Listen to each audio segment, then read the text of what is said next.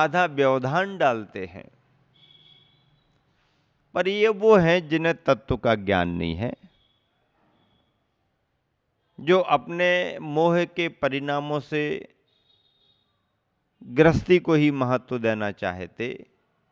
पर कई बार ऐसा देखने में भी आता है, भले गृह का त्याग नहीं किया है, लेकिन धर्म का भाव होने से, तत्व का ज्ञान होने से, सम्यक दर्शन की भूमिका बनने से, व्रतादिकों को धारण कर लेने से गृहस्थों के मन में भी इतना समर्पण आ जाता है धर्म के प्रति, त्यागियों के प्रति इतना बहुमान आ जाता है, धर्म की प्रभावना करने में उनका इतना भाव बन जाता है कि वह भी संत साधकों की चर्या में सहयोगी बनते रहते हैं, सहयोगी बनते रहते हैं।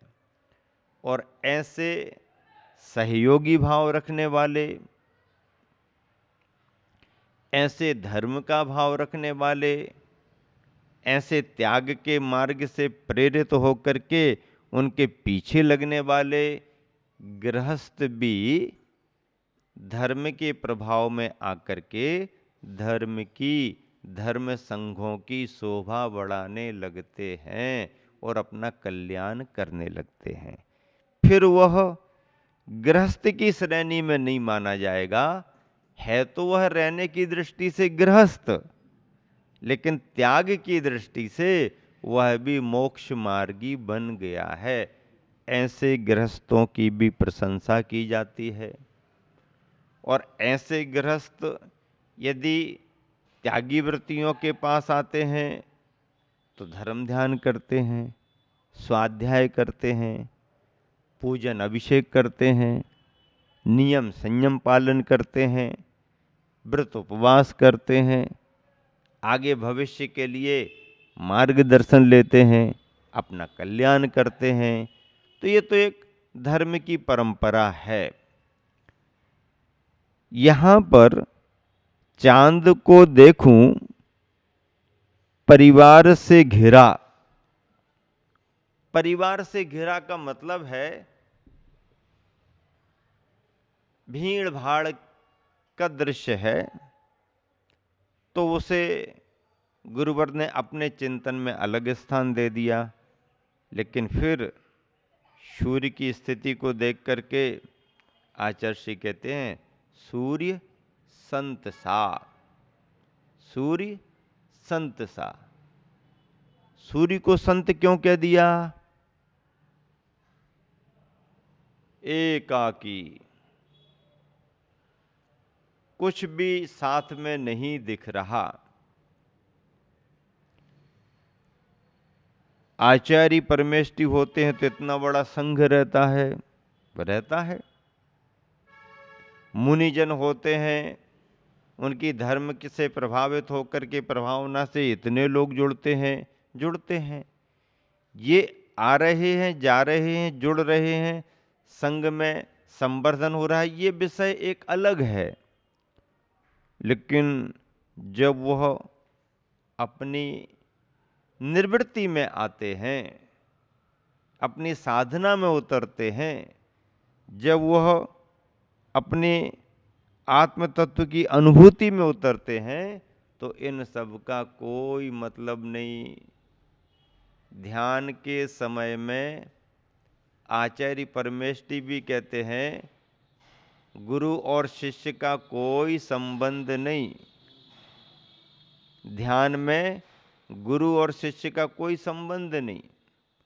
संग तो छोड़ो, समाज तो छोड़ो, कोई संबंध नहीं। ये जो चिंतन है, ये जो अनुभव है, इस संतत्व का अनुभव है। इसीलिए हाइकू कविता में गुरुवर आचार्य ने कहा कि सूर्य को देखता हूं तो सूर्य संत सा, सूर्य संत सा दिखता है। चंद्रमा घिरा हुआ दिखता है। अब घिरा हुआ है, जकड़ा हुआ है, तो उसे संत थोड़ी मानेंगे। और जो स्वतंत्र है, एकाकी है, निष्प्रय है, आगे पीछे कुछ नहीं है। आहा हा, संत सा स्वभाव। हाइकू का अर्थ मेरे ख्याल से पूरा स्पष्ट हो गया है। अगला हाइकू गुरुवर आचार्य श्री ने लिखा, आज्ञा का देना आज्ञा पालन से है कठिनतम। क्या कहा? आज्ञा का देना आज्ञा पालन से है कठिनतम।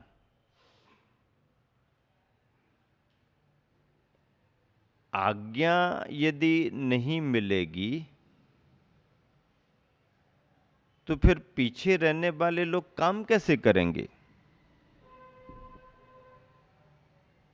ऑर्डर का तो बड़ा महत्व है। और जो चलने की भावना रखने वाले होते हैं, केवल चलने की स्थिति में रहते हैं, उनको तो आज्ञा का बड़ा महत्व है। आज्ञा यदि ना मिले तो वो तो रुक जाए, उनकी गाड़ी रुक जाए। अब क्या करें, कहाँ जाएं, कैसे करें, क्या करें? उनको तो आज्ञा की जरूरत ही होती है। तो आज्ञा मांगने वाले तो बहुत होते हैं, लेकिन आज्ञा देने वाले बहुत नहीं होते। आज्ञा मांगने वाले बहुत हो सकते हैं, पर आज्ञा देने वाले बहुत नहीं होंगे। मान लो कभी ऐसी स्थिति बन जाए कि आज्ञा देने वाले बहुत हैं और आज्ञा मानने वाला कोई एक आदि है। अब मानने वाला एक है और आज्ञा देने वाले 20 खड़े हैं, और 20 आज्ञा दे रहे और मानने वाला एक है। अब क्या स्थिति बनेगी? क्या स्थिति बनेगी? किस किस की मानेगा? आज्ञा देने वाले बहुत हों और पालन करने वाले कम हों तो भी स्थिति बिगड़ जाती है।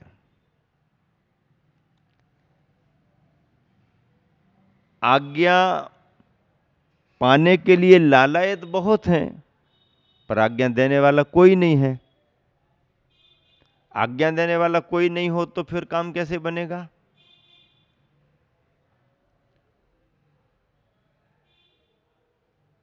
कई बार ऐसा होता है, संवेदनशील ऐसे समयों में मूल व्यक्ति मान लीजिए विदेश में है, जिसको ऑर्डर करना है, साइन होंगे उसके, फोन उसका उतना महत्व नहीं, फिर क्या करेगा? स्थान क्यों छोड़ा, कुर्सी क्यों छोड़ी? देश के प्रमुख पदों को एक क्षण के लिए भी खाली नहीं रखा जाता।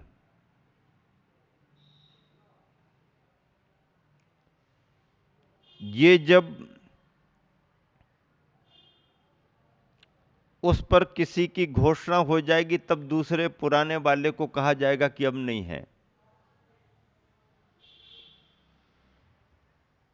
और ऐसा हुआ है, ऐसा हो भी सकता है। प्राइम मिनिस्टर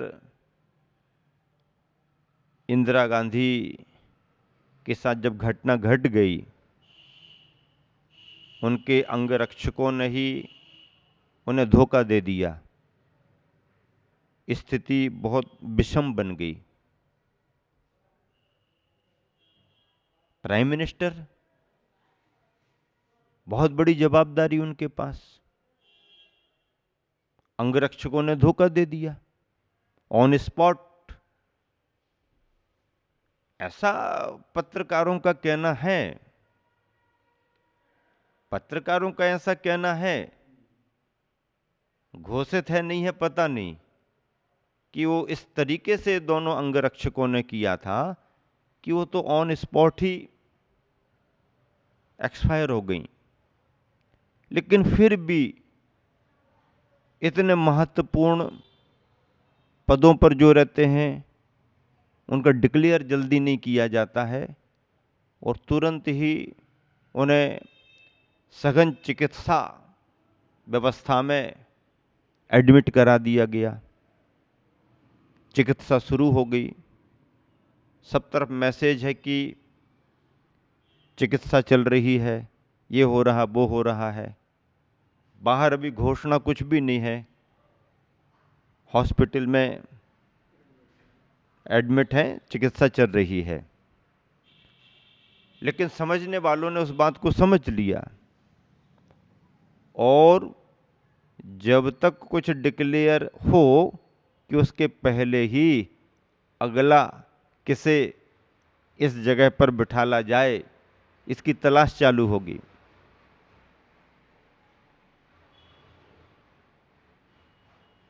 राजीव गांधी उस समय कहीं और थे, शायद मेरे ख्याल से वो कहीं भारत से बाहर भी थे या कहीं और थे। तुरंत उन्हें बुलाया गया।